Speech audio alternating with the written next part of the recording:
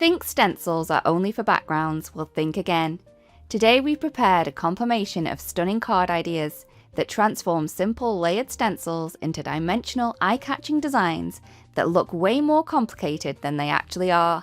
And trust me, you're going to want to try every single one of them. So let's begin. Create 5 gorgeous handmade cards, each showcasing a different layered background. Join me, Lydia, in this super fun tutorial that focuses on creating a variety of backgrounds to switch up the vibe of your projects. So first up, I am going to be using the fabulous new Stencil Art Swan Serenade. And what I'm going to do, instead of doing the background first, I decided to do the image, and then we could kind of do the backgrounds later on so you could see the difference easier. So to start with, I am going to be kind of using the stencil number 2, and I'm going to be using the golden honeycomb and also the pumpkin pie inks to add colour to the swan's little beak that you can see at the top. For the leaves and the kind of foliage and the centers of the flowers, I am going to be using a number of different greens. The green that I am using here is the antique olive, and it is a very, very pretty green color. It's quite bright.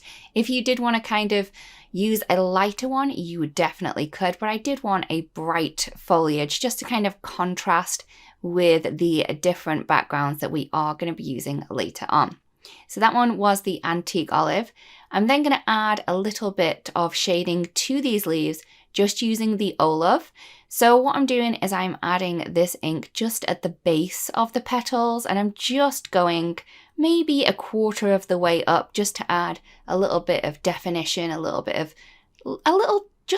difference and a little color to the base, just to add some depth and dimension there. So once I'm done with that one, all I'm going to do is remove this stencil. And it doesn't look like much yet, but this is just going to keep growing, and it is going to be so, so pretty. So I have taken the next stencil and I've just popped that into place. This is going to add in some darker areas to that foliage, and I've just gone in with the olive there. And then I'm going to add some darker spots to the kind of base of the buds and also the stems in with the sugar kelp. So this is the kind of darkest that we have in this family. So I'm just going to move that out. Once that has been done, we are going to just need to readjust this stencil. I love the fact that we have so much on stencils like this that maybe you need to move them a little bit, but it means that you're going to get so many layers and there's not a wasted part to the stencil. So I just love having more detail that way. I'm then going to add in the flowers. So for this first layer of the flowers, I am going to be using the dusty pink. So for all of my blending today, I will be using a mini blending tool. These are quickly becoming my favorite. I say quickly, it's not quickly. I'm still in love with my smalls, but these do really well for the kind of images size that we have on this stencil. Once I have finished adding those flowers in, again, just a little readjustment. We do have the etching marks on the stencil, so it makes it easier to line up. And then I'm going to add in, again, this layer in with the dusty pink. Once I have done that one, we're then going to move on to another stencil. This is going to add in some detail to those flowers and also add some more flowers further back. So for this layer here, I am going to be using the blush rose. This is a very pretty dusty pink, but slightly darker, obviously, because it's in the same color family. But I do think that this is a really pretty pink color, especially if you're more on the muted shades. This may be a kind of color collection that you want to go for with the pinks. So I'm just adding all of those in there. Once I am happy with the amount of ink that I have, I am going to gently lift this off. You can see that I am using my sticky mat underneath. This means that it's keeping my cardstock and also my stencils in place. I'm then going to line up the top portion of this, and this is going to allow me to add in my swan. For my swan, I'm going to be using Polar Bear for this layer. So this is a really light blue color. It is a very pretty one. So for swans, because they are white, you are going to need to find colors that are going to give you that white look without using white. I do find that blue works well for this, maybe even some purple tones. I find that if you use like more of a yellow tone, you are going to get more of a cream look overall, or a dirty white color. But with like the blues and the purples, you are going to get more of a bright white look. So it's up to you. You can play around with it, but I do find that the blues and purples work really well for this little swan that we have. I'm then going to move on to the next stencil.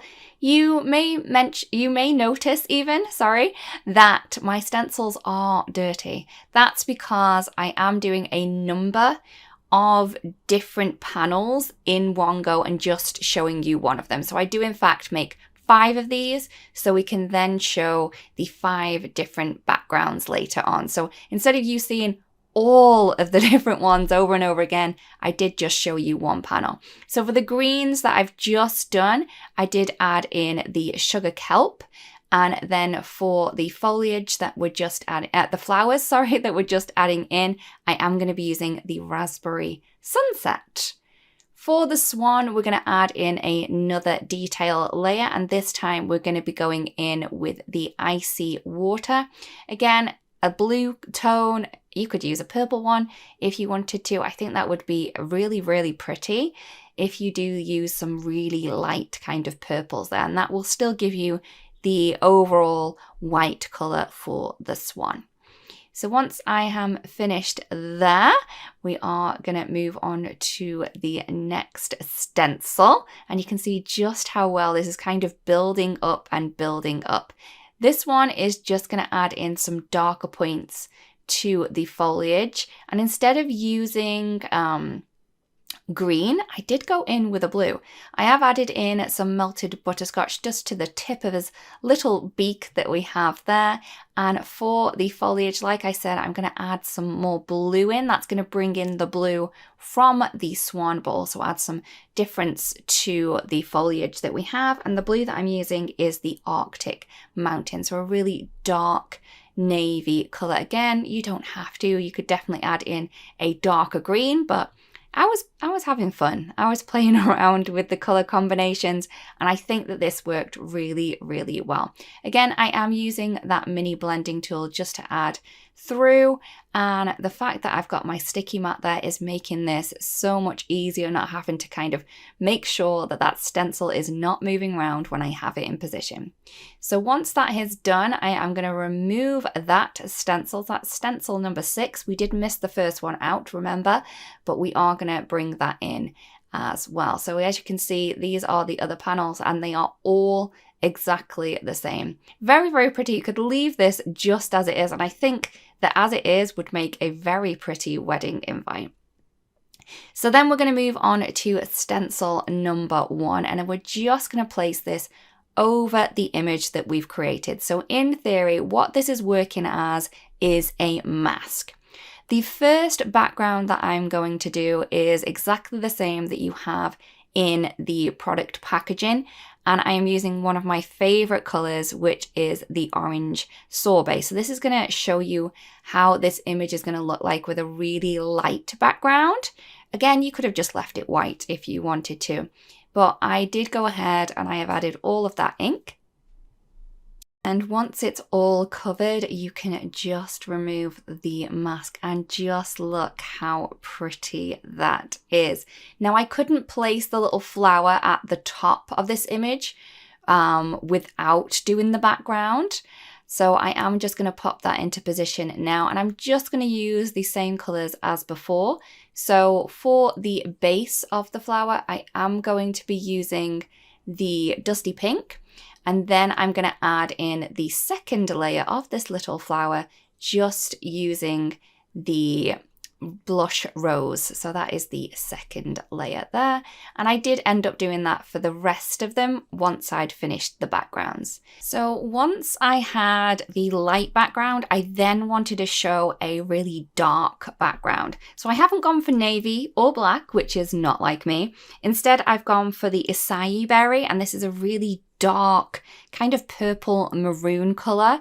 It is very, very pretty. So I thought that this would be a little bit of a change rather than the navy or black, but they would work perfect with this as well. So I am going to go ahead and kind of cover that whole background. I do use my little tweezers just to pick it up off the sticky mat. I do find that that works the best, but just look how crisp and clear that swan is. It's like it's popping off the background. For the next background, I'm going to go ahead and I'm going to use a yellow. This yellow is buttercream, and I'm going to go over the whole background. So like I just did for the light one, I have just added that light color all over the background. I then wanted to layer this. So I'm using that mask still in place, and I'm taking the stencil from the drawing room project kit, and I'm just placing that right on top. Now this is going to add a really cool pattern on top of that color that we already have down there. So this is more like a tone on tone, but you could definitely do different colors if you wanted to. When you are kind of using the mask stencil by itself, you do need to be a little bit careful. But once you've kind of sandwiched it with this other one, you can be a little bit more generous with the way that you're adding the ink through. But just look how cool that pattern looks. You could use this with many different pattern stencils, and I just found that this was really, really fun. So that's our third look. For our fourth look, I wanted to show you don't necessarily have to use stencils or ink blending. You can use your stamps as well. So this means that I'm just literally using the mask stencil as a mask. So I am going to be able to stamp over it. I can use ink sprays over it as well. I didn't do that, but you can do. You do need to add a little bit more pressure to your stamps, as you can see here, because you're trying to get your stamp to kind of manipulate around the mask stencil to touch the paper. As well as using the stamp, I then went into full mixed media mode, and I'm taking some more ink, and I'm just going to use this to use splatter. For the stamping, I used the Frosted Sea Glass ink, and then for this ink splatter that you can see here, I am using the Coastal Haze. Just using a little bit of water with that to do it, but you can see just how cool that looks there. You could really go to town with lots of different techniques on top of that, but that is our fourth technique there. For the fifth technique, this may be my favorite technique yet. I was a little bit hesitant about doing this, but I have grabbed our shimmer relief paste. This is the rose gold, and I'm gently and very carefully adding this on top.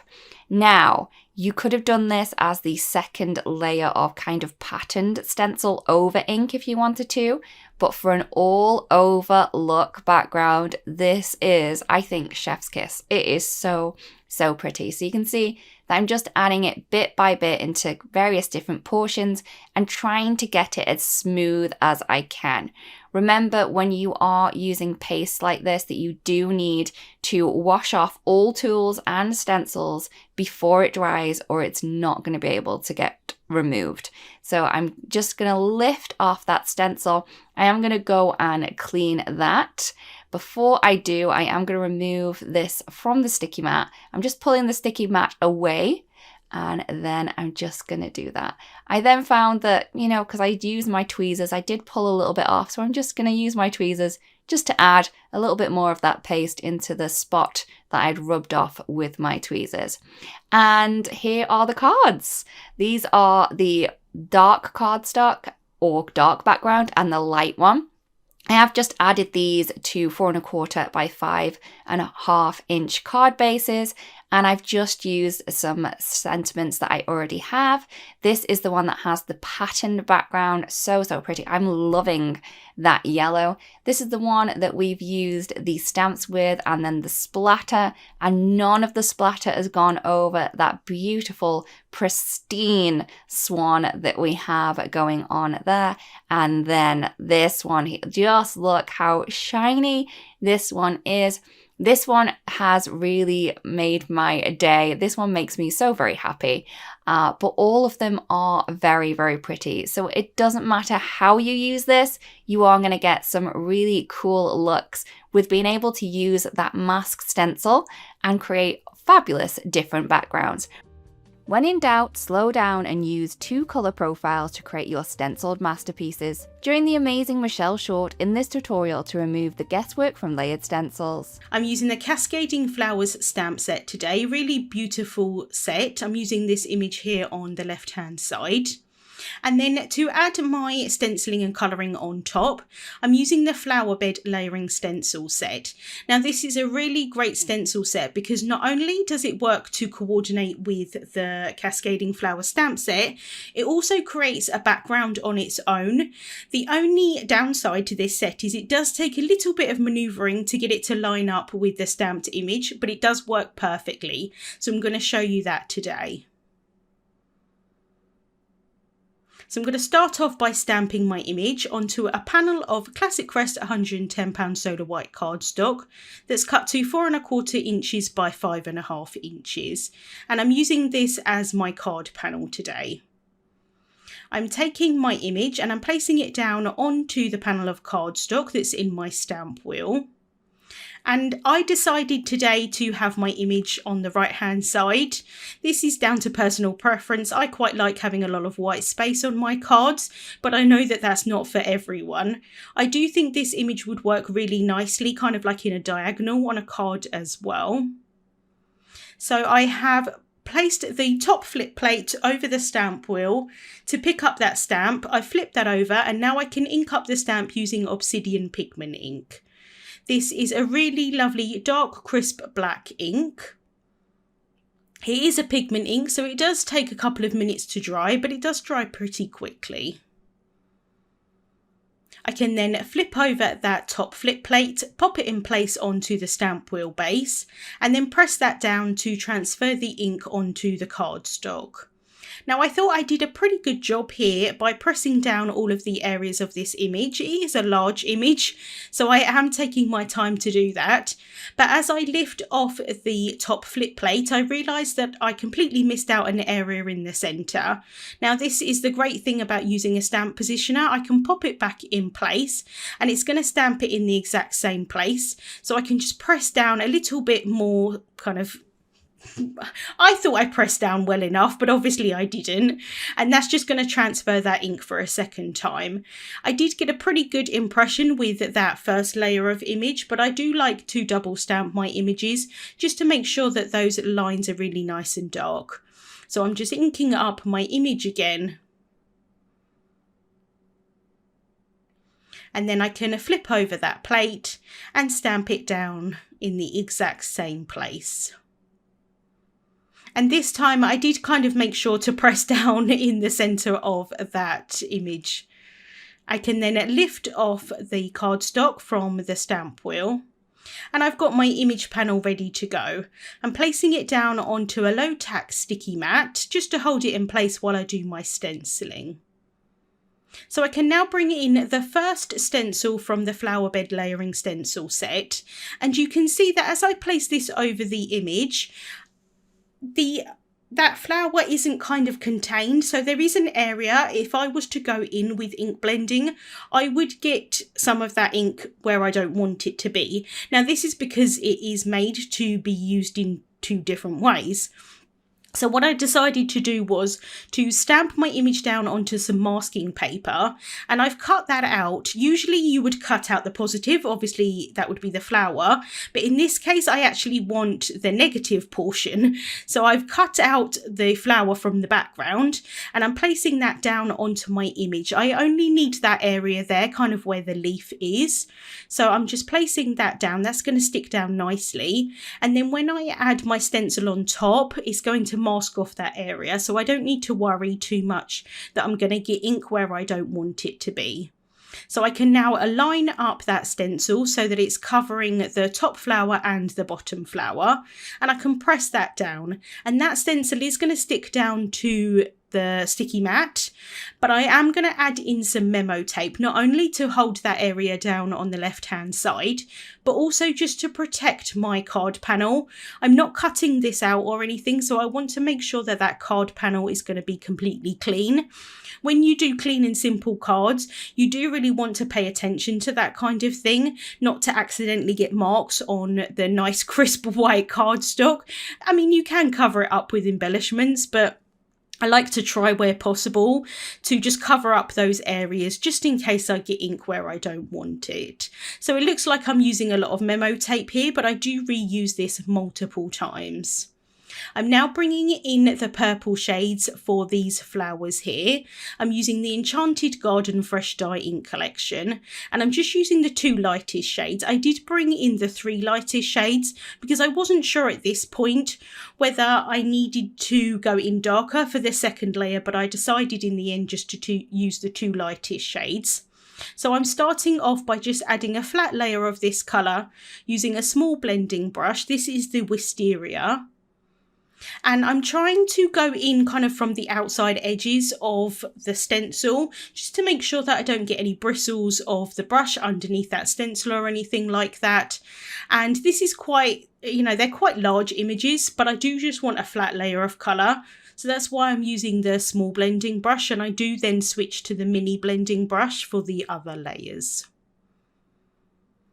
So I can just remove that memo tape that's holding that stencil down and masking off the areas. And then I can lift off that stencil. So I'm just going to be careful here as I lift this off because it is stuck really well to that sticky mat. I can then bring in the second layer. And I have already masked some areas off just to save me a little bit of time on the video. And then I can go back in with that memo tape, hold that side down there on the left hand side. And then now for this layer, I'm going in with Hydrangea. And I've switched to that mini blending brush. And so it wasn't until this point that I decided that I probably was just going to use this ink and not the next one in the collection. I felt like this was probably dark enough. I do know that when I add these inks onto it, when they dry, they do lighten up a little bit. So I am going to go in with a couple of layers of this ink just to really darken it up. I don't necessarily want it to be as dark as the ultraviolet, but I do want it to be a little bit darker than it would be if I was to just do the one layer. So I'm just going in with that mini blending brush, and usually I do kind of dab off excess ink from my brushes, but because I want quite a dark layer of this, I'm not doing that. I'm just going straight into the stenciled area. I do think it would look quite nice if I did do some ink blending here, but I decided just to go in with flat layers of colour. So I can remove that stencil. And I think that that does look really pretty even with that flat layer of colour. And then I can remove that masking paper. And it did lift off a little bit of that ink below. It wasn't quite completely dry, but that's okay. It didn't kind of distort the image or anything like that. It's still quite a nice crisp line. And then for the next stencil, I'm using that for those small flowers. And it does line up with that flower there on the top right hand corner, but it does kind of cut off a little bit of the petal. And so I'm going to cover that up, and I'm going to use a different stencil for that flower. So again, I can protect the areas here with some memo tape.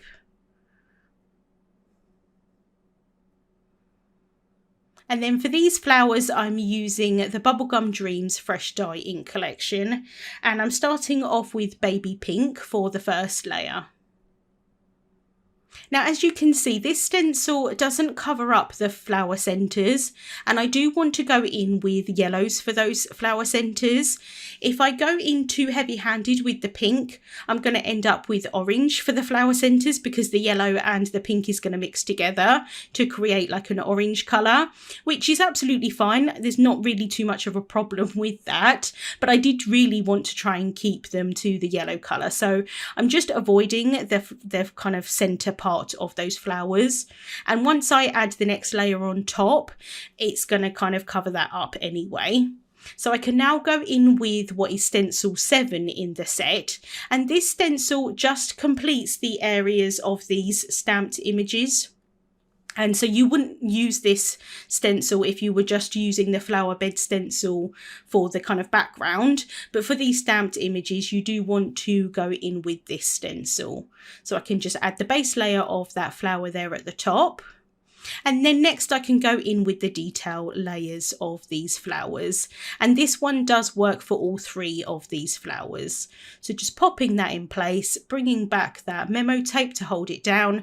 And you can see that I kind of switch that memo tape to the different sides. That is purely because I've got some purple ink on that tape and I don't want to accidentally pick it up with my blending brush. It's probably unlikely, but I was trying to keep these flowers nice and pink rather than adding a little bit of purple into it. So if you see me do that, that's why I'm doing it. So I can now go in with the fuchsia colour. And again, I'm going in with a few layers of this just to really darken these up. Quite often I will kind of jump an ink in between if I just want the 2 layers of the ink blending, but for these they worked out really quite nicely just having the first 2 shades in the collection. So I can lift off that stencil and you can see that it's coming together really nicely here. So I can now go in with the layer for the leaves, and this stencil also does the flower centres as well. And again, it is kind of having the outline there for the leaf at the top. But for that one, again, it does kind of cut off a little bit of that leaf. So I'm just going to bring in that memo tape, cover it up to make sure that I don't accidentally add ink blending to it. And then I can cover up that other area there and just go in with some yellow shades from the Summer Afternoon Fresh Dye ink collection for the flower centres. So I'm starting off with buttercream and I'm using a micro blending brush here just because the areas are so small. I'm then going to bring in a little bit of warm sunshine just to darken up some of the areas on those flower centres. And that is why I like to mask off areas, just in case I accidentally drop my ink pad onto it. Thank goodness it was covered up by that memo tape, because I'd got so far with this ink blending, I would have hated to have ruined it and had to start again, because where that ink pad fell, I probably would have had to have done, which is really unfortunate. So thank goodness that memo tape saved the day. I have masked off those centres just to be on the safe side again, and then I'm now going in with Firefly from the Green Valley Fresh Dye ink collection as my base layer of these leaves. And then for the second layer, it does line up with both of the leaves, but I couldn't get it to line up as best as I personally wanted it to. So I'm just doing that bottom leaf first, then manoeuvring that stencil and doing that top leaf. It does also do a second layer of the flower centres, but I decided not to use that today. I can now jump back to that stencil 7, and this is the stencil that's going to colour in the rest of these leaves. So again, I'm just going in with a base layer of that Firefly using the mini blending brush. And I am just wiping off the excess ink from that stencil each time, just to make sure that I don't accidentally kind of smear any ink or anything onto my panel.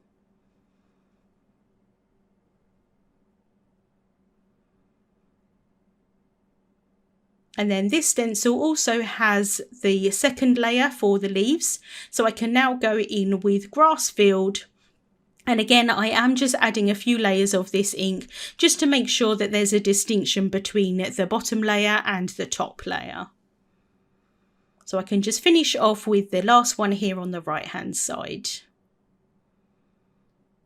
And even though they're just flat layers of colour, I do think they look really nice and make quite a big impact for that stamped image. I can now add some glue tape onto the back of this panel, and then I can adhere it down onto an A2 size white card base. So that's a finished size of 4¼ inches by 5½ inches. And I do find it easier to try and line up the fold. In this instance, I'm using a top folding card base. So I'm just trying to line up that panel with the fold, because it's a lot easier if I need to cut off excess from the outsides rather than where that fold is. So I'm just trying to line that one up as best as possible. And then I can cut off any excess from the sides if I need to, and in this instance I did need to. So I'm going in with my bone folder just to press that down, make sure that that's well adhered, and then I can cut off those edges. And I did also have to cut off a little bit of the bottom as well. I have then stamped and heat embossed a sentiment from the Cascading Flowers stamp set onto Crafty Necessities jet black cardstock using embossing ink, and then I've used pure white crisp embossing powder. I'm then taking the die that's in the One Go Words and Banners set, and I'm just going to line that up. So I showed this stamp set there, which is the stamp set that goes with this die, but as you can see, you can use any sentiments that fit inside of these dies here. So I'm just using the one that's a tag. So I've run that through my die cutting machine, and now I can add some twine through the hole there on that tag. So I folded the twine in half, and then I'm opening it up to secure that there at the front. And it's just a tiny little area here, so I'm just being careful not to damage that cardstock. And then I can tie that in a bow. And this was a little bit fiddly, I'm not going to lie. I'm going to try and make the kind of like a really small bow. It is easier with kind of thinner thread than this twine, although this twine is quite thin. It is a little bit easier with like thread, but I wanted to have that black twine today, so I'm just taking my time here to try and make that bow. And I decided just to leave the tails for the moment until I adhere it down onto my card. So I'm adding some Instant Dimension foam tape onto the back of this. I could have used the thinner foam tape and that actually would have made more sense, but I decided to cut the wider one down, just because it was to hand. I can then figure out exactly where I want this to be placed on my card, and once I'm happy I can cut those tails down with some scissors. I'm just going to manipulate the bow a little bit just so that it doesn't cover up too much of that sentiment. And then I can remove the backing off of that foam tape, and then I can adhere that down onto the card. And I'm just going to place it down really lightly to start with. I can bring in my T-square ruler, make sure that that's straight. Once I'm happy with that, I can press that down. And then to finish off, I'm going to add some Crystal Moonlight Stellar sequins. I'm just adding some small dabs of glue onto my card here. And then I can pick up those sequins with my tweezers and pop those in place. And I do often like to add the embellishments kind of on top of part of the image. I feel that then they kind of make it more as that they were intentional rather than they were just kind of plonked on top. I hope that makes sense. So just adding some dabs of glue there, and then I can pop the sequins on top. And I'm not going to lie, I was having one of those days where these sequins just went everywhere. I kept dropping them like that ink pad.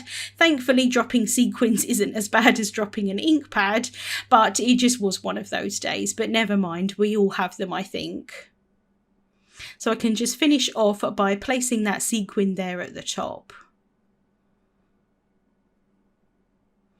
And that is my card finished for today. I really love how that stenciling turned out. It did take me a little while to do it, even though it's just 2 flat layers, but it would have taken me a lot longer to colour in that image with markers or something like that. And I really love the finished results. You may not think that florals and a rainbow colour palette go together. On the contrary, you'll find Therese's tutorial can achieve just that with a combination of layering stencils, 3D embossing and strategic ink blending. Going to be creating some beautiful rainbow blooms using this stencil art set called Majestic Roses. And I've not done a layering rainbow design before, so I thought I'd start by looking at the actual finished design and seeing where the highlights and where the darker portions were, because I was thinking I want to create the darker portions of the flowers in the darker colours. So hence that's why I've started with the blues and the purples. Now, I wasn't really sure how the rainbow would work on a layering design such as this, so I kind of stuck with what I've used in the past, or the techniques of creating rainbow designs that I've used in the past, where I've typically just created lines of the colour and then blended them together in between each of the lines of colour. And if you've never done rainbow designs before, they're actually not that hard, because you just start with the same basic colours each time. And by joining the colours where you ink blend them together will give you a blend of usually like a new colour. So things like the yellow and the pink, when you join these together, they're going to give you an orange in between. So it creates that beautiful spectrum of rainbow colours. Now, they don't have to be bright colours. You can choose any sort of different hues and amounts of the colour to suit whatever design that you're doing. But doing these stripes, I wasn't really sure how that was going to work with a floral design. And I'll give you the heads up, it works really well. So I did focus on the darker colours where I knew the deeper shades and the shading were in this flower, but you could certainly mix it up to suit whatever layering design that you've got. Now, I'm going to do a couple of cards today, and the second design, I'm going to step it up a little bit, so stick around, because I have got a bonus hack to share with you for embossing folders.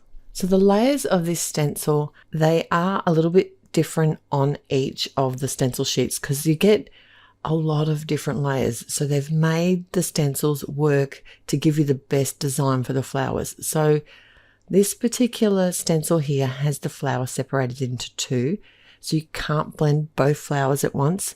There are instructions on the packet, and if you look closely at the stencils, they are numbered, so you can see the number of which stencil to use next. But there's also, if they're a separate flower or a bloom, there is a line between them.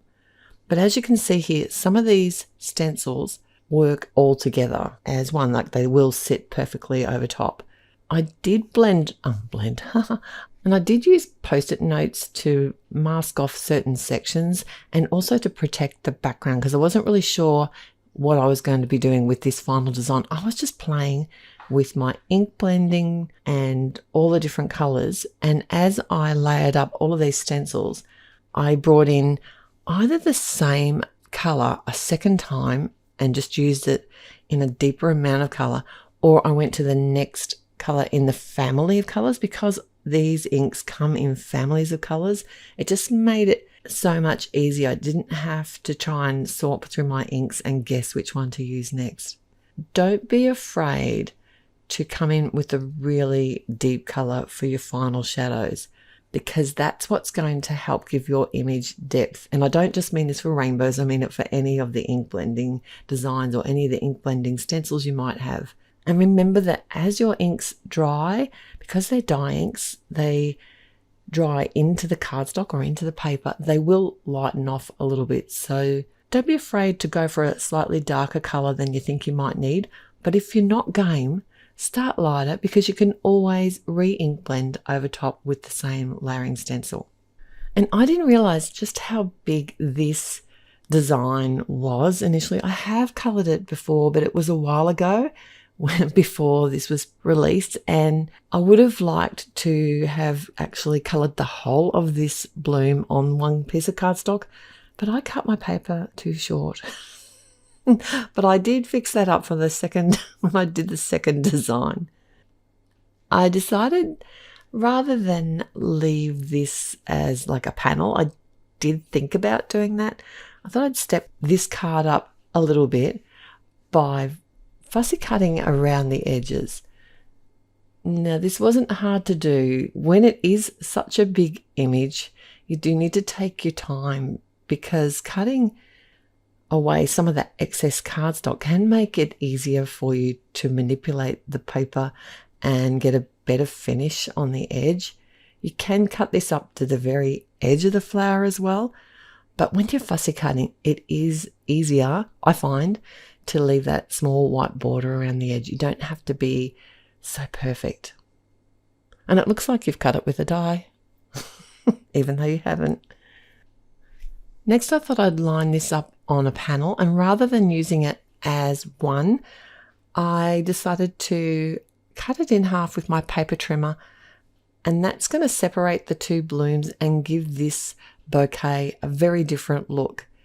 The other thing is I did blend on 80-pound cardstock because I find that the ink blending for me is easier on a lighter weight. So I always come in with some scrap cardstock, and if it's a die cut, add a second layer behind it to give it some stability for when I pop up the design. Now, this obviously is a little bit too big for the panel that I've made for the front of my card, so I do snip away the edges by flipping the panel over and using a nice large pair of scissors to be able to cut that away with a clean and straight finish, or you could even use like a paper trimmer to cut it away if you've got one that will work with like a popped up layer on top of the panel. I'm never game to try that myself. I hate to waste little bits of my image, so I thought it'd be nice just to use one of these leaves rather than throw it away to fill that bit of a gap, and I did adhere that directly to the back of the panel. Now I've popped my panel up with some fun foam, and I've used some strong double-sided tape as well as a little bit of liquid glue there. And I had a couple of sentiments that I'd already made. I've been making bulk sentiments lately to make life easier, and I thought these sentiments that I've got are perfect for like this rainbow color palette today, as well as these rhinestones, because they're like a mother of pearl, so they pick up all the different colors. They work really well with any sort of background color because they have all those. They pick up all the purples and the pinks and everything, and they're really pretty. They catch the light. Obviously, there's a little bit of dimension in this design too. I'm on to my second card now, and I said I was going to step this up. And my first way is to start with some coloured cardstock in the background instead of white cardstock. You do need to be aware that when you're adding ink to coloured cardstock, it's going to change the finished look. And I found that I did need to add quite a bit more ink to this design. And when it comes to choosing colours for your rainbow, you actually really can get away with just using 3. If you like, you can use just red, yellow and blue. Because if you join red and yellow, you get the orange. Yellow and blue will give you a green, and blue and red will give you a purple. But you can also add these ink colours if you already have them in between. The best thing too is that you can use any different hues to create your rainbow.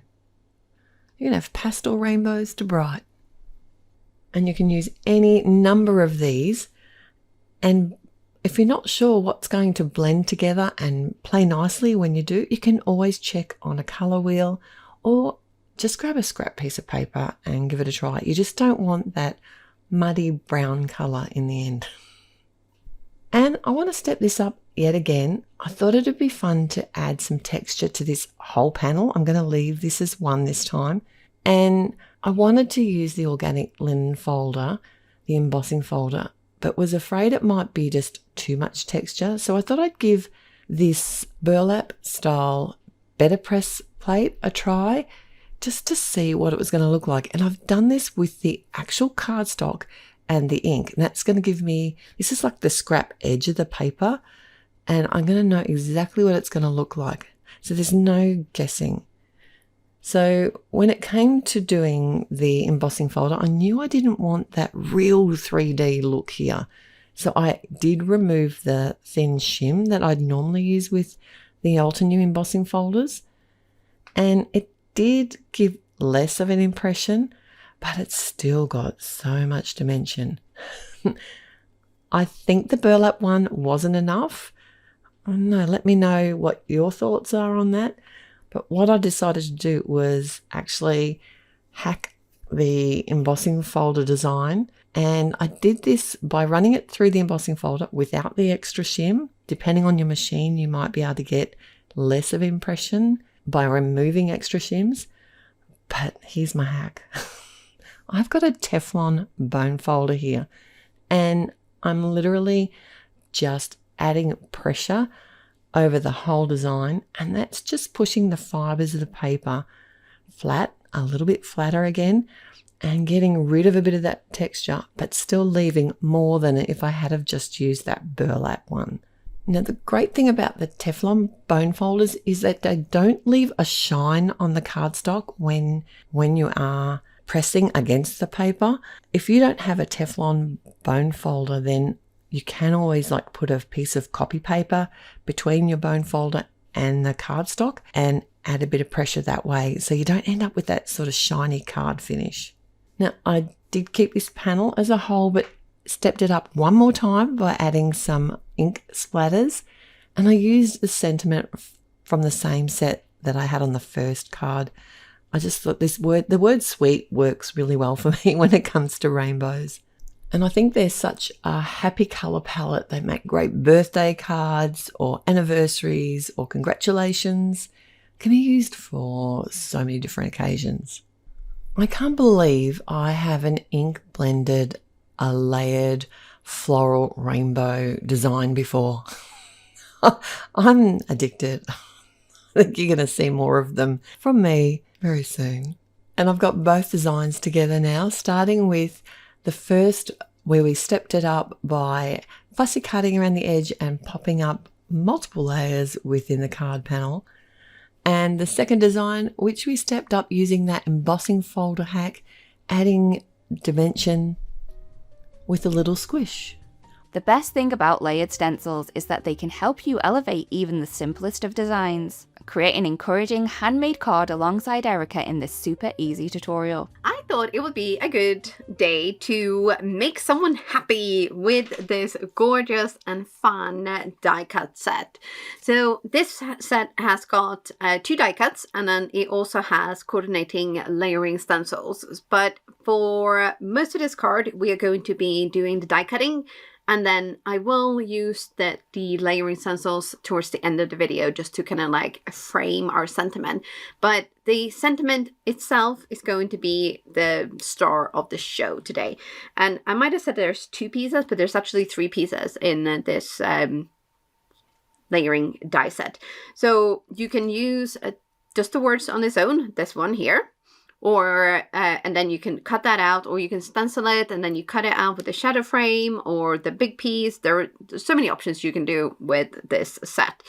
Now, I have got some fabulously fun and colorful cardstock here. There's fresh lemon, we got limeade, we got dewdrop, iceberg, lavender fields, and pink diamond.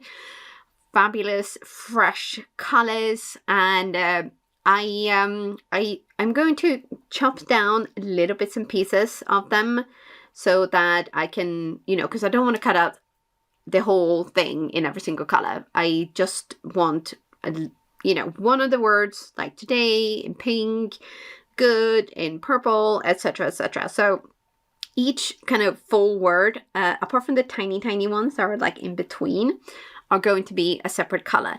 And so we're going to chop a little bit with our scissors. We're going to do a little bit of sort of like custom cutting, and then we're going to do a little bit of puzzling die cutting, if that makes sense. I hope it makes sense. Anyway, we're going to cut out all of the words in all of the colors so that we have every single thing. So today, good, day, someone, and happy in colored cardstock. And then the little bits, the is a and to make, we are going to cut those out of jet black cardstock because they are tiny, tiny.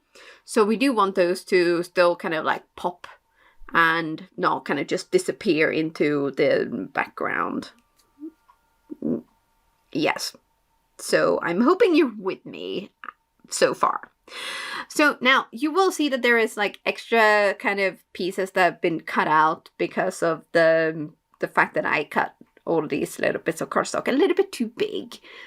But if you wanted to, do a couple of cards, just either do like the whole thing and then just mix and match your letters. There are so many fun ways you can use this, right? But I'm gonna try to stick to just the ones that I actually want and need. Now, I did keep some of the little letters here as well, but I did realize once I was trying to kind of puzzle them together that it wasn't gonna show very well. So I decided to go with the jet black. But now we're going to puzzle, well, not quite puzzle. We're going to just place our words in the order that they're going to go. And then we are going to we're going to crack on a little bit because, we're not going to be die cutting all day. No. Now, to make these stand out a little bit more, I thought maybe this Morning Frost cardstock would be really, really nice. Because I don't know, there was just something about those, like the colored cardstock words on the white. It just felt a little bit too harsh, maybe, like too stark, which I know that sounds a bit weird with it being white, but it just needed a little something, right? And I mean, I know it's not just going to be that. We're gonna use this up. We're gonna do some ink blending. We're gonna use a little bit of shimmer relief paste, and we're gonna use some sparkles. So this is not anywhere near what the finished card is gonna look like. However, sometimes you can just tell that it just isn't quite kind of going where you thought it was gonna go, right?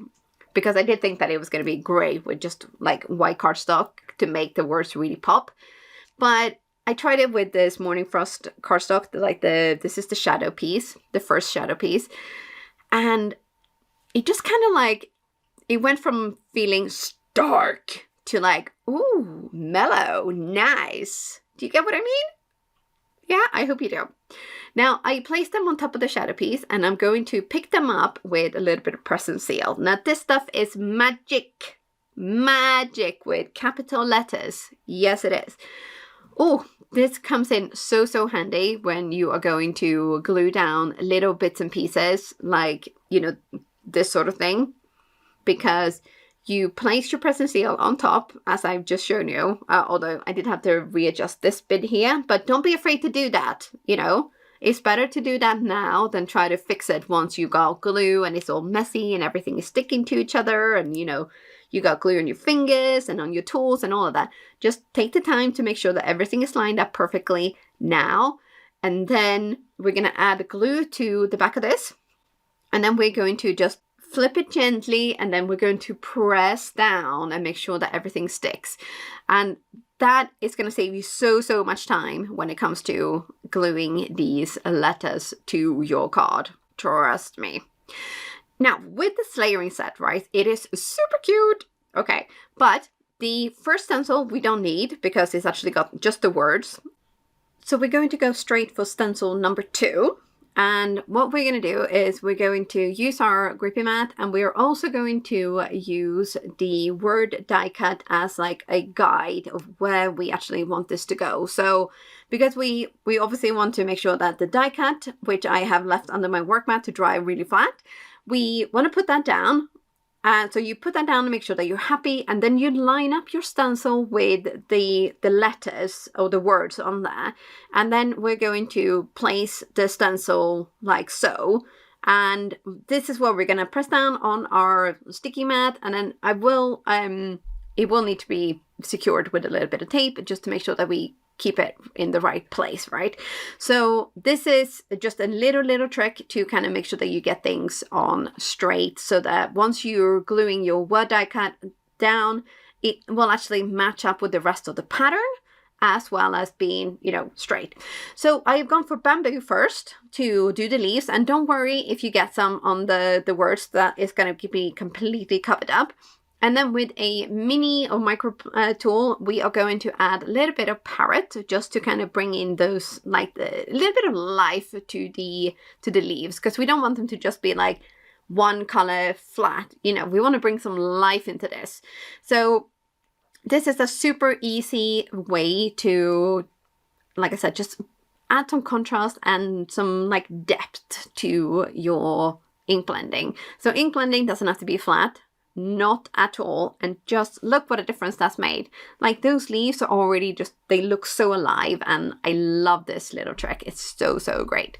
Now with this second stencil, third actually, but second one that we're using, you know, we want to line it up with the pattern, obviously, so that we get it in the right place. And then we're going to use some of this gorgeous shimmer relief paste in burnished platinum. Now, right when I got these, I thought pearl is going to be my favorite.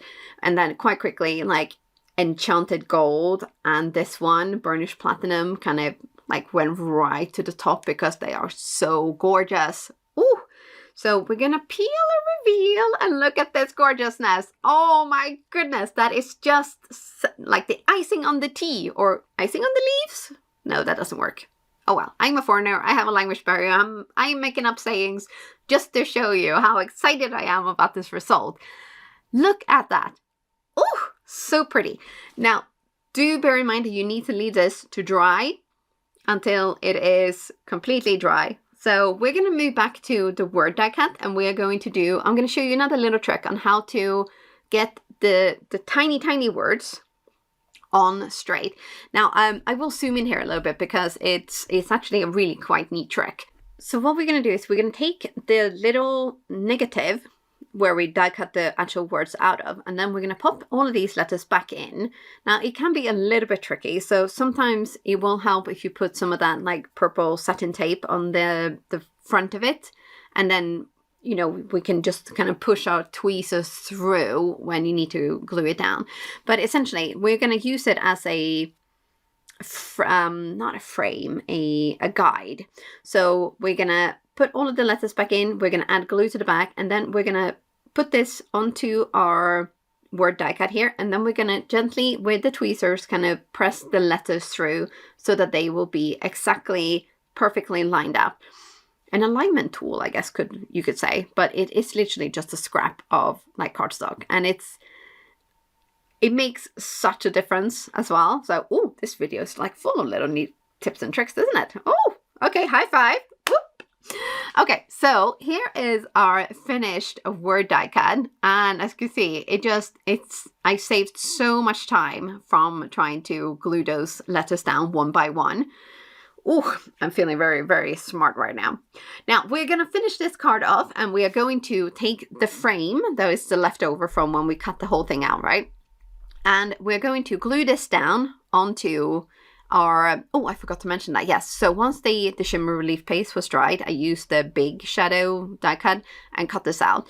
And then I have actually cut out another piece of cardstock as well. So we're going to fill in the negative with an empty one. And then our ink blended piece is going to go on top of that.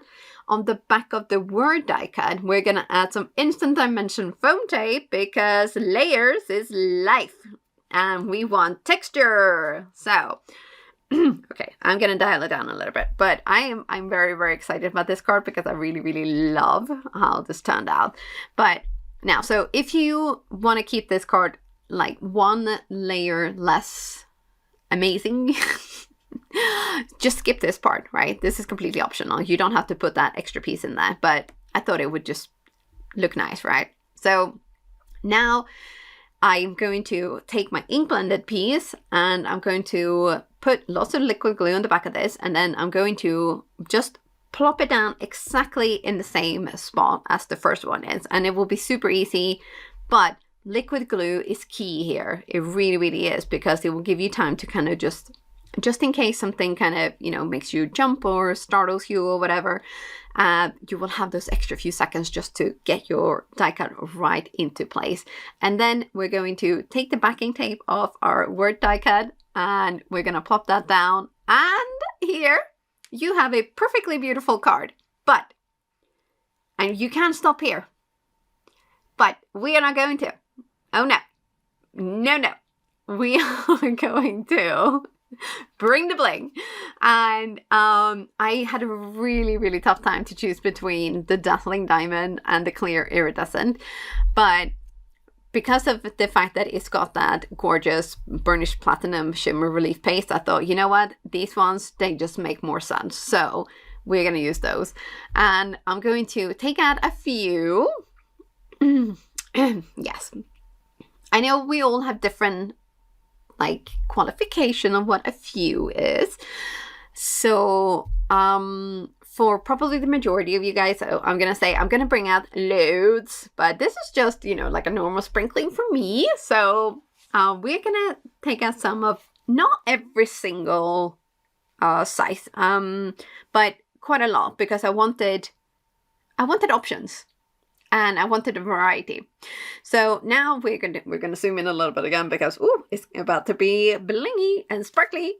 So if you are a little bit nervous about placement of your embellishments, now the good thing with these sequins is that they don't have any adhesive on the back of them yet. So you can mix and match, you can play around, and you can try some placements and some different, you know, like combos, whether you want just one or if you want clusters of 3. Do you want them in a straight line? Do you want like little do you want little circles? What do you like? And then when you're happy, that's when you get your little perfect picker tool out and your liquid glue, and you go to town and you glue these out. Okay, so like I said, I am well aware of the fact that this is a little bit more than most people would add to their card, but life is short. I want to bring the bling, I want to sparkle it up, and I certainly want to make somebody stay like just, you know, I want to give them a reason to smile and be happy, because, you know, today is a good day to make someone happy, and I really, really hope this video and this card has made you happy. Don't have much time to make a card? Not to worry, this one only takes 10 minutes. I, Lydia, will take you through this super easy tutorial to help create a gorgeous outdoor scene in a jiffy. This is the Craft Your Life Project Kit Flower Arch, and it is so, so cool. So it has a mix of like strong textures and also light ones to really create a fabulous look. So as you can see, I'm starting with a panel of cardstock, and I am going to be starting with the 3D embossing folder. So the cardstock itself is 4 1/4 by 5 1/2, and I'm just lining that up within the embossing folder, and I'm just going to emboss that using my Platinum 6. Now, if you are using this die cutting machine, I would recommend that you just remove one of the cutting plates, and it seems to go through really well. Just make sure that you're not forcing it. As you can see here, you can see that fabulous texture. We have the door, we have like the window at top of the door, and then we also have that fabulous brick wall texture. Now, we do have a fabulous stencil in the stencil set, which will help you color in the bricks on this. So what I'm going to do is I'm going to line that up with the embossed texture that I have on the piece of cardstock, and I'm just using my sticky mat to keep that in place.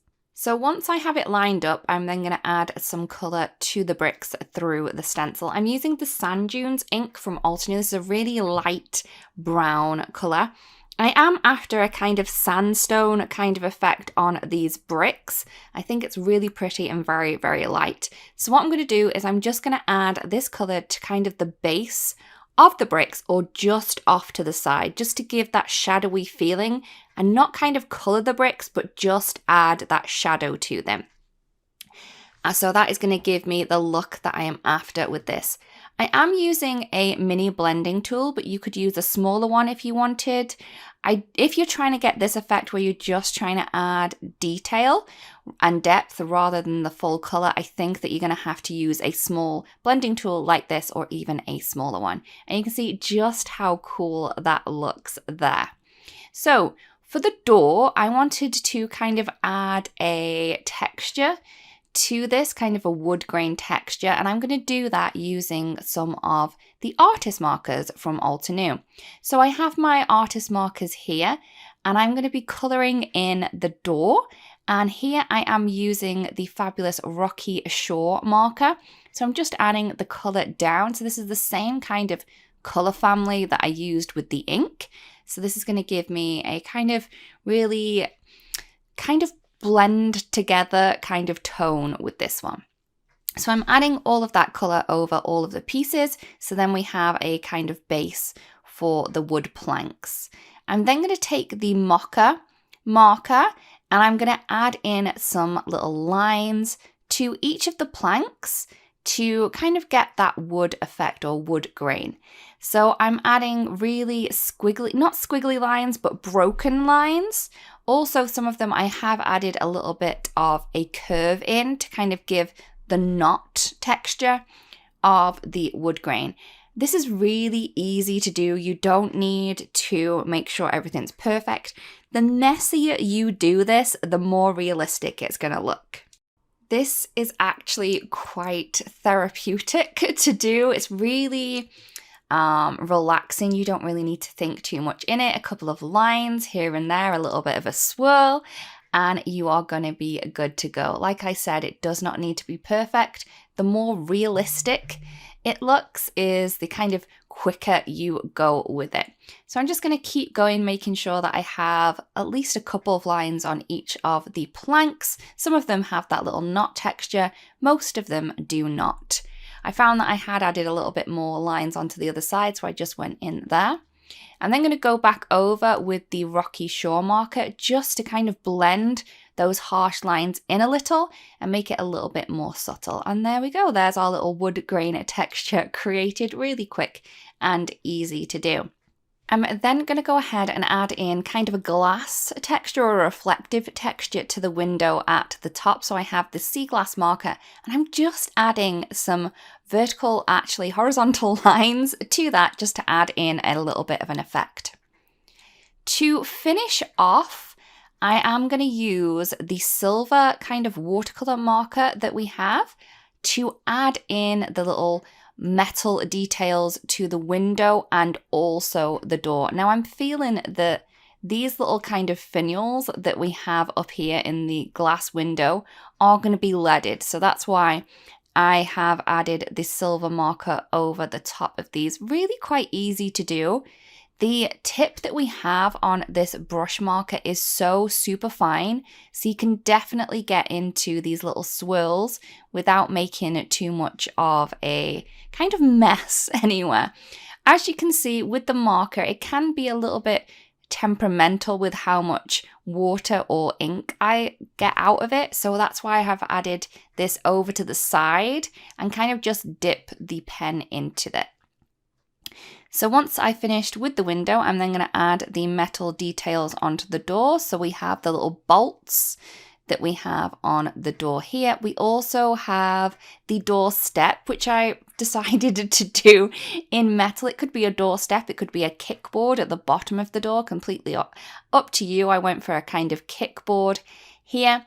And then we also have the strip down the center of the door that kind of keeps the door together. And I've gone for metal here, but you could add in more of a brown kind of texture if you wanted to.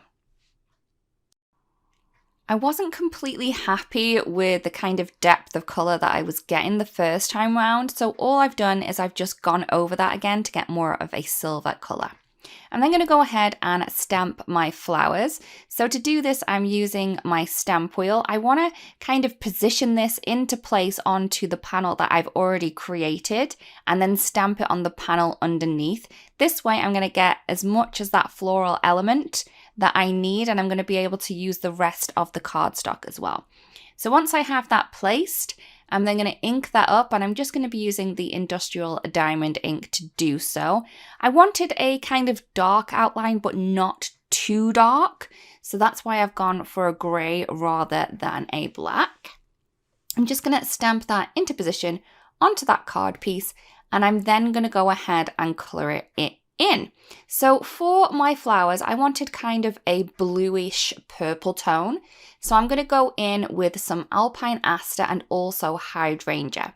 I am using the mini blending tools to do this, but again, you could use larger ones. You can use smaller ones, completely up to you what you have and also what you feel comfortable with. The more kind of practice you have with these tools though, the greater you are going to get with them. So as you can see, I'm adding a mix of the purples and blue over all of the base layers of these flowers, and I just think that this looks really, really pretty. So once I'm happy with the amount of colour that I have down, I'm then just going to move the stencil over slightly and then add in that last flower that we have here, again with the same colours that I used before. We then go ahead and add in the second layer, and I am going to be using some darker colours here, so I'm going to be using the Indigo Skies and also the Andromeda to add in this second layer here. So this is going to add in a little bit more detail, some more depth, some more dimension, and I just think it just looks ever so pretty. And because I'm not adding a lot of pressure or a lot of ink through these stencils, it is going to give me a really soft look with that really deep colour on the edges next to the stencil. I'm then going to add in some more colours, again with that crystal violet and ultraviolet this time. So this is going to add in some more blue and purple tones, but we're all keeping it in the same kind of colour families. So it is going to give us that really beautiful subtle look. And just look how pretty that looks there. I am loving this. Even though I'm not a purple girl, I'm really loving that blue tone in there. I'm then going to move on to the foliage. And for the foliage, I'm going to be using this marshland colour first. And this is going to add in the kind of base to those leaves and also the flower centres as well. So I'm using a mini blending tool here. I could have used a larger one because the area on this is quite large to add the colour through. Once I'm done with that, I am then going to add in the second layer. So again, I'm just going to line that up. We do have etched details on the stencil, so this is really going to help you line this up. And this time I'm going to go in with the Sea Forest to add in that darker shade. And I just love this colour. This is one of my favourite green colours. It's such a dusky tone and I think it's so, so pretty. We also have this kind of third layer here, and I'm going to go in with the mangrove root just to add that in. I did miss a spot, so I've just added that in there. So I then wanted some sentiments, and because I know that the rest of this panel is going to kind of go to waste, I am going to stamp my sentiments from the same stamp set onto this panel. And I'm going to stamp a lot of them. So I'm going to stamp some of the ones that I'm going to be using, and then I also have some other ones that I stamped on there just so I didn't waste that cardstock at the bottom of this panel. So once I had finished stamping the sentiments, I've moved those over to the side, and I'm just going to die cut this little piece of the florals that we have. I'm using the die set from the project kit. Just going to pop that around the elements. It's so good that you can see the elements through the die, so you can see exactly where you're going to cut.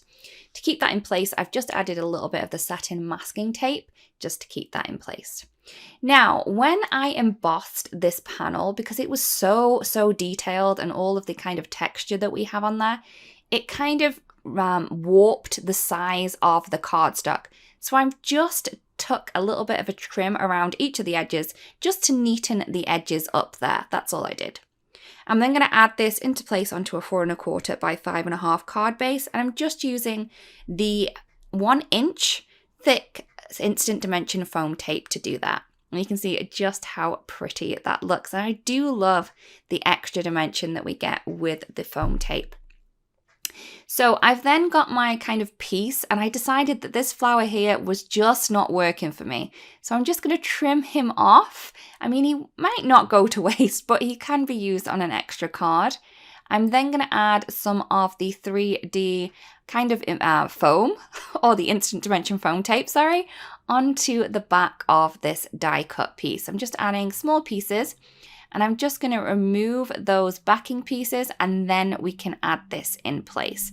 So I did play around with this a little bit more, and I decided just to add it a little bit higher so I could see the window element that we have on that. So I did need to trim off some of that, but I still think that this looks really pretty. I love the softness those florals kind of give against those really hard textures of the wood and also the stone wall.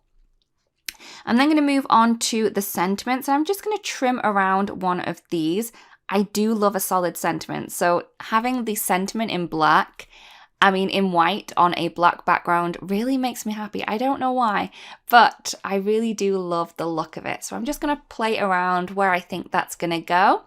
And then to pop it in place, I'm just going to use some more of that instant dimension foam tape. This one I've used the thicker one. and it's just going to add a little bit more kind of height to the sentiment just to bring that away from the background a little bit more. So I'm just going to pop that into place, and I just love how this looks. So that is the card complete. We have those hard textures of the wood and the stone against the soft textures of the flowers.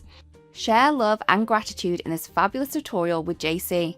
Learn how to make mini slimline cards that stand out with this faux watercoloring effect using layered stencils. The Stencil Arts bi-monthly subscription is making its big debut this year. For January 2024, Altenew has released Playful Watercolor Flowers. This large floral image extends past a 4 1/4 by 5 1/2 card front and is sure to make a bold statement on any card. This set contains 5 layers for the large bouquet and an additional stencil for a smaller motif. We will use all 6 stencils on today's projects. I'm starting with a 7.5-inch square panel of white cardstock, and I'm placing that panel on top of the flat side of the sticky mat grid. This panel can be cut apart to fit 2 mini slimline card fronts measuring 3.5 by 6 inches. For me, it's easier to start with the number 2 stencil, which contains the majority of the foliage layers. This way I know where to center my stencil on the 7.5-inch square white cardstock and experiment with different arrangements. I'm using satin masking tape to temporarily adhere the stencil to the white cardstock panel. For the leaf and stem layers, I'm using Forest Trail fresh dye inks to color the images. On the number 2 stencil, I'm creating a gradient of aloe vera and matcha tea. Then I'll use oolong tea from the Wood Warbler fresh dye ink to color the center image.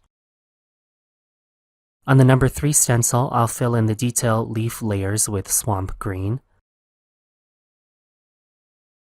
Then fill in the detail flower center with green gold. On the number 4 stencil, I'll create a darker leaf arrangement by starting with matcha tea,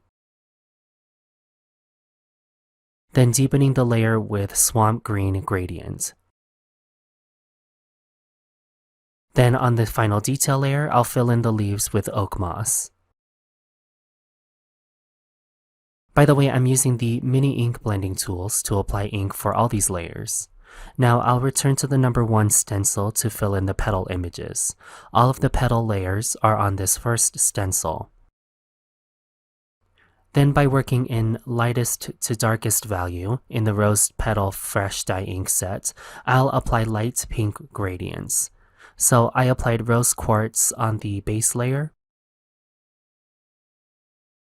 puffy hearts on the second layer, and purple wine on the third layer. I deepened the more forward-facing bloom with a little bit of cosmic berry for a little contrast. Here's what the first 5 layers look like together. This arrangement is stunning on its own, but I do want to make 2 cards from this image. With a template mini slimline panel measuring 3.5 by 6 inches, I'm getting a rough idea of how I want to cut apart this image. I'll use a pencil to lightly trace a border around where I want the 7.5-inch square panel to be cut for 2 mini slimline cards. Then I can use this pencil guide to plan some filler images.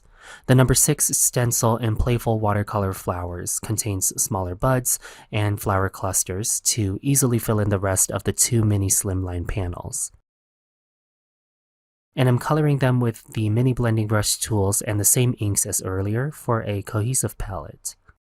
This next step is all in the details. You can certainly leave your panels white, but to stay true to the red envelope inspiration, I'm going to color around the stenciled images with an alcohol marker.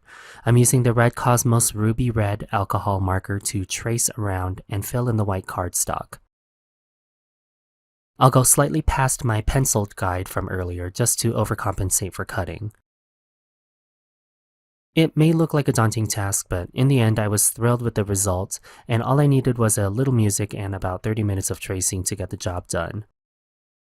So once I've traced and filled around the stenciled image, I'll cut the panel apart into 2 mini slimline card fronts. Sometimes you have to trust the process and stick to the inspiration and the end goal. Now, I know for me, I was skeptical of my bumpy lines and imperfect tracing in some smaller areas. I wanted to add some gold highlight details to these two stenciled images. So with the metallic watercolor pan set and gold pearl, I created some loose outlines with a fine water brush.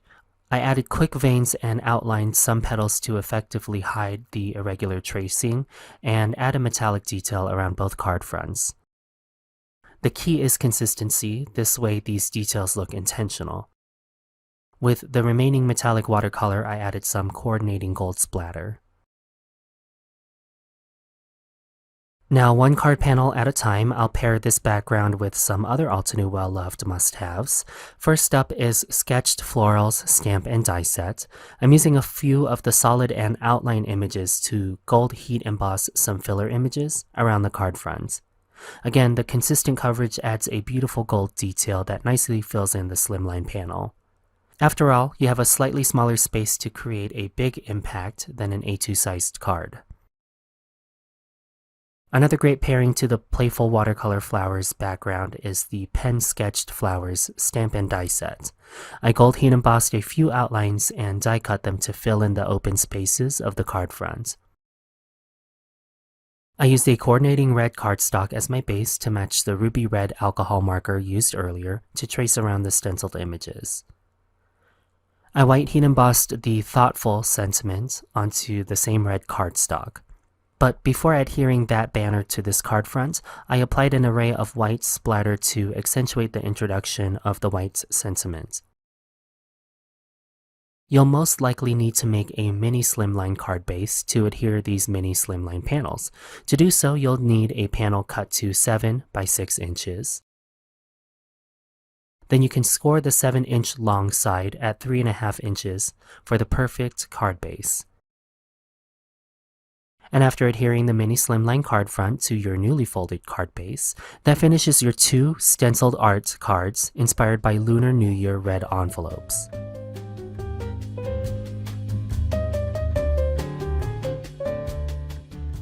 Have you ever thought of using the reverse version of your stenciled image? You can absolutely do so with Teresa's help in this innovative tutorial.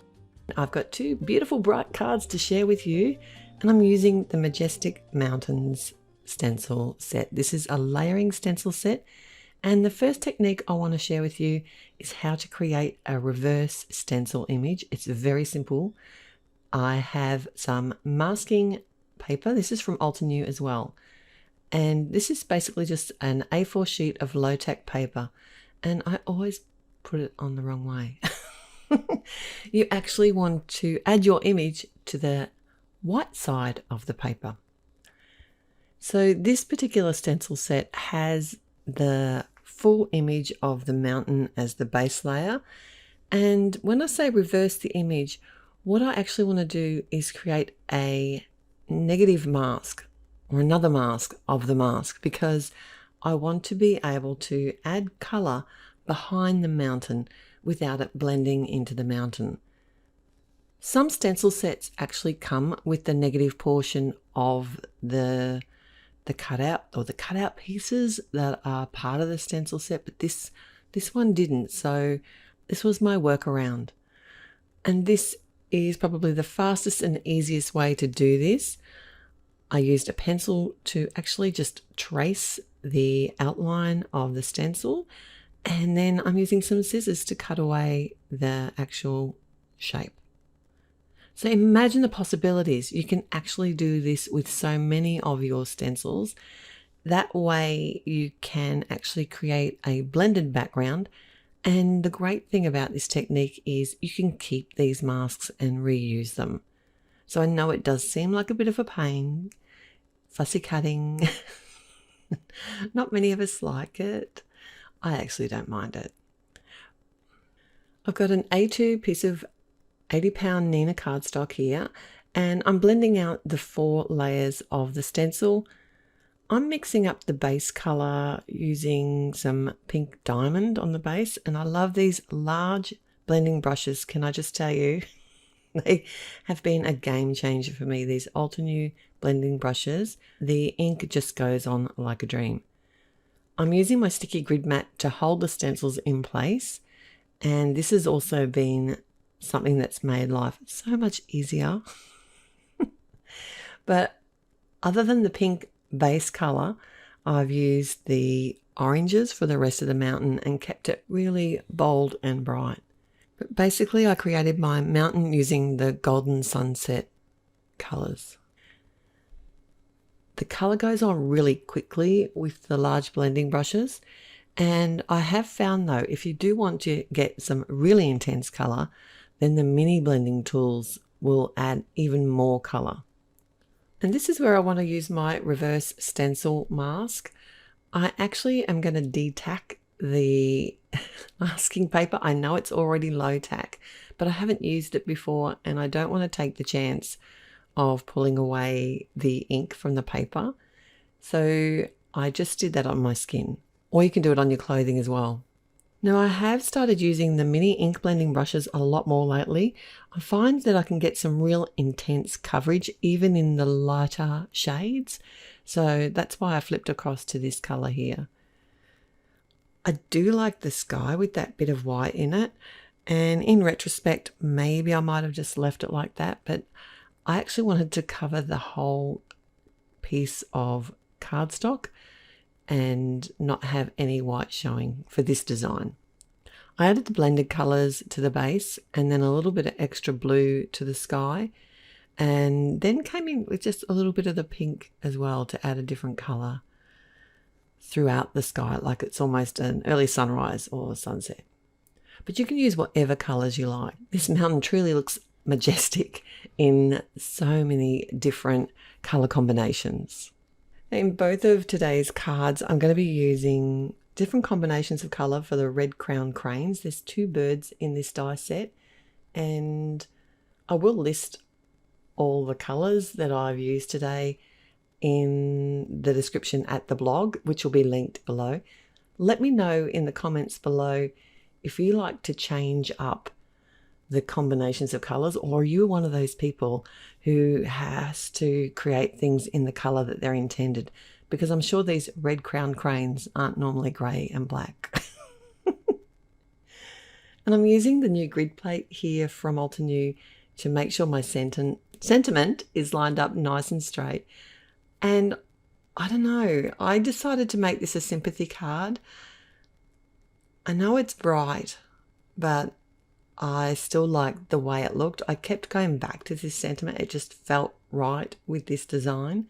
But obviously you can make this for any occasion that you like. I did cut my sentiment strip in half just to make it more versatile. I can always put it back together if I need to. I added this to a card front, popped up my bird, and there's my reverse stencil technique number 1. All right, for my second technique, I'm going to be doing layering stencils. Now, I'm not talking about actually layering stencils, although we are doing that with the mountains. What I actually mean is layering stencils to get a totally different look. So I have the circle frame from Altenew, and I've laid that on my A2 piece of cardstock, and I'm going to leave that in place for the whole of my blending session here, because I want my final result to be only blended within that circle. This time I'm going to be using all the pinks to create my mountain, and this set is the Cherry Blossom set. That's really bright, fun colours here. I'm using my reverse mask yet again, and this time I'm only going to blend the sky, but I've kept that circle in place, so that's going to actually contain the ink. And then when we do the big reveal, so we're double masking here, double layering of the stencils, and it works. The sticky grid mat has made life very easy, I have to say. I use it so much more than I thought I ever would. I've got one of the red crowned cranes again, and yes, it's not red, but it's pink and it's glittery. And I've added a fancy Enjoy sentiment, which I have layered up a couple of times, and it's got some black cardstock on top.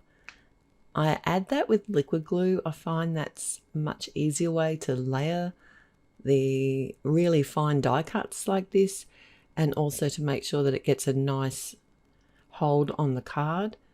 But you can use whatever glue suits. A double-sided adhesive sheet would work, and you could just die cut it out when you do the cutting of the actual sentiment.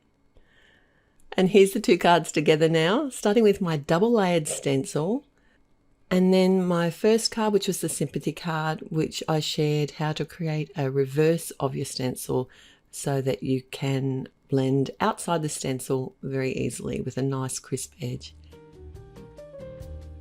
And that's a wrap on these 7 stunning layered stencil card tutorials. We hope today's project inspired you to experiment with your stencils in new and creative ways. If you enjoyed this video, don't forget to like, subscribe and share with a crafty friend who loves card making just as much as you do. Thanks so much for watching, and we'll see you again in the next video. Loved watching this video? There is more where that came from here on the Altenew official YouTube channel. Also, don't forget to subscribe and click that bell button so you don't miss out on any of the crafty fun. See you soon and happy crafting.